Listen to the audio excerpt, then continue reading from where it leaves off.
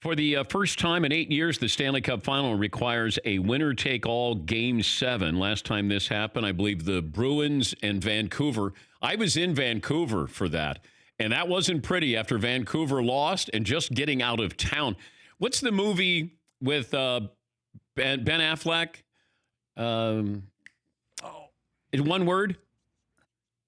You know, where they escape? It's about the Iran hostage crisis. Argo. That's what it felt like. We were leaving Vancouver, and Vancouver's a lovely place and great people. And there's fires in the street, and there's social unrest. And I'm like, wait a minute. This was just a hockey game. Doc Emrick joins us. Doc has seen it all as the NHL and NBC play-by-play voice. Doc, how are you today? I'm good, but that was unforgettable. Did you notice in your rearview mirror Yes. the sun was setting over Vancouver, and there was smoke rising in the background too. That was one of the all-time weird memories, and it was the only time that ever seemed to happen in any of the cities we ever visited. And you would think Vancouver, I know that they love their hockey, but this was Vancouver, and we're trying to get out of I'm with Mike Milbury, and I feel pretty safe with Milbury. We're just trying to get to the airport there after that game.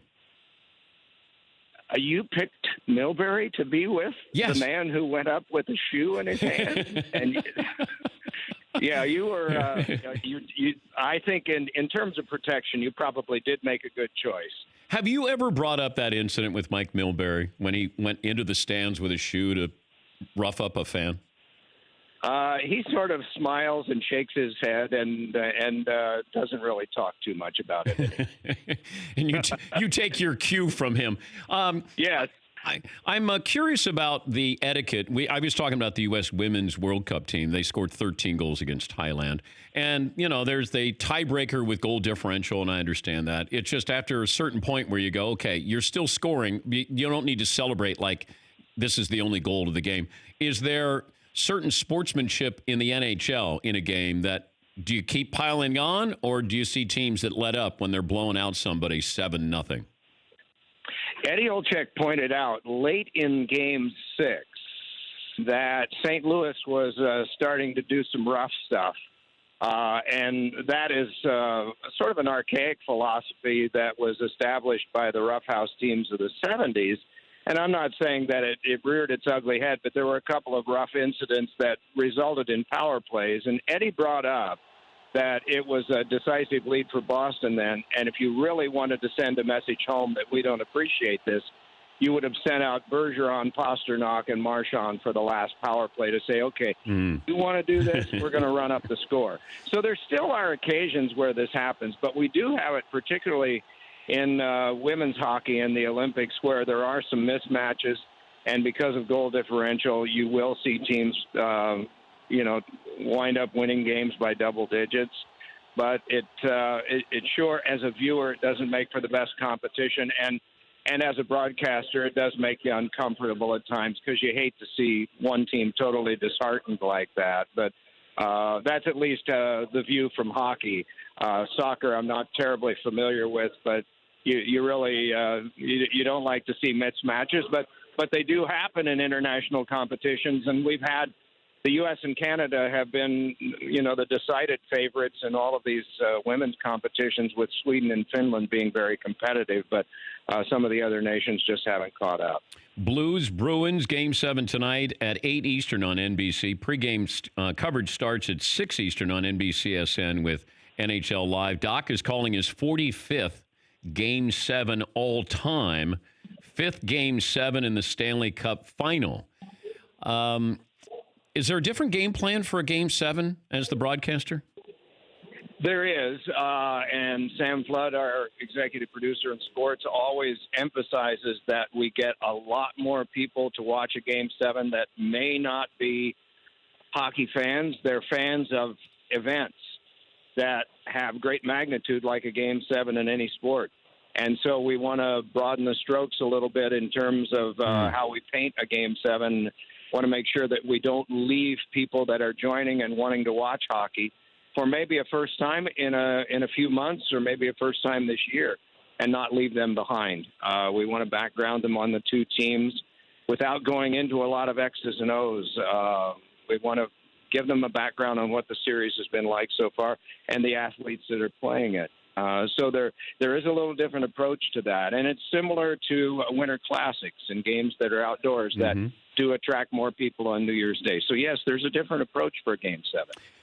I always find goaltenders fascinating, and I don't know if there's ever. I do too. But Doc, I don't know if anybody's ever done a study on just their mental makeup. If you had a lot of these legendary goaltenders just sit down and you just analyzed who they are, what they think, because they're different. You have to be different to want to do that for a living.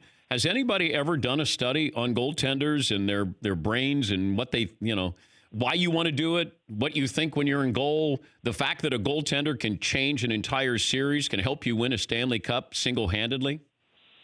There's a very well-spoken goaltender that might be fun for you to have on sometime named Brian Boucher, who has been a part of our telecast this year. And he has been able to put that into words several times during these playoffs when we've asked him about it.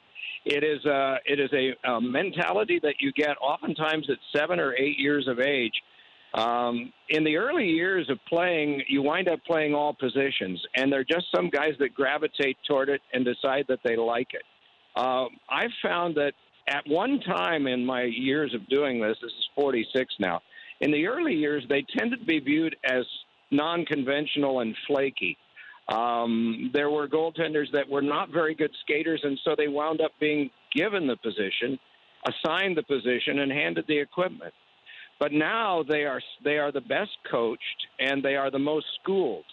And as they are little kids, they go to summer camps that are exclusively goaltending camps. And they are, as I said, the best coached. They are often the most introspective, and because they are by themselves a lot. And so they do tend to be more quiet. It's hard to paint them with the same brush as you do the other players and to generalize on them, but they tend to be quieter, and they tend to be probably more introspective and more careful when they choose their words than other players. They aren't able to, when a goal scorer celebrates a goal, everybody gathers around him. When a goaltender makes a save, somebody will come by and tap his pads, but his celebration has to be more internal than anything else. But we have two wonderful goaltenders, and Tuukka Rask, if the Bruins win, is probably going to be the MVP. An MVP can be a member of the losing team, and if Boston wins, there may be a question about whether Ryan O'Reilly might be the Conn Smythe Trophy winner for MVP. But Tuukka Rask is going in tonight with the number one record in goals against and save percentage and all of that because he has really been the backbone of this run for them. Have we seen the evolution of the goalie where I know that you could have somebody like Darren Pang who was 5'4", and then you could have Patrick Waugh, Ben Bishop. Could you see where you could have somebody the size, not like Shaquille O'Neal, but somebody who is 6'9" and 300 pounds who's playing goalie? Well, there's that walrus in the Geico commercial. Is he available? I don't think it's ever going to come to that. But at one time when Ken Dryden was playing and winning for the Montreal Canadiens in 1971, the speculation was that's as tall as a goaltender is ever going to get because there's never going to be any kind of coordination for anyone that size to be able to do the maneuvering that's necessary in goal. But the equipment was much smaller then, and now it is much larger. And goaltenders, as I said, are the most coached, and they're in camps all the time. And there's a goalie coach for all the teams that works with these guys constantly. And so now we had 4 goaltenders that were under 6 feet. The rest were all larger. And you mentioned Ben Bishop at 6'8", yeah, 7, 6'8". I don't know that there's a limit, but there is probably when you're getting up around 300 pounds, you're not going to have defensive linemen from the NFL converting to goaltenders. It's just not going to happen. The goal scorers are too good. The net's still 4x6. And, you might have an idea about getting a walrus-sized goaltender in there, but he's still got to move. Doc, have fun tonight. It's my favorite event in all of sports when you have a Game 7 with the Stanley Cup in the building, and it should be a lot of fun there in Boston. Thank you, Doc. Thank you. My favorite, too. That's Doc Emrick. He's called 45. This will be his 45th Game 7 all time. 5th Game 7 in the Stanley Cup final tonight. There's a reason why he's won 6 sports Emmys. You just listen to that voice tonight. And I say this every single year at this time. Just listen to the voice. Whether you understand the game, have a vested interest in it, it is entertaining. And he's special. For more Dan Patrick Show, tune into Audience Channel 239 on DirecTV. Stream for free on BR Live or download the Dan Patrick Show app.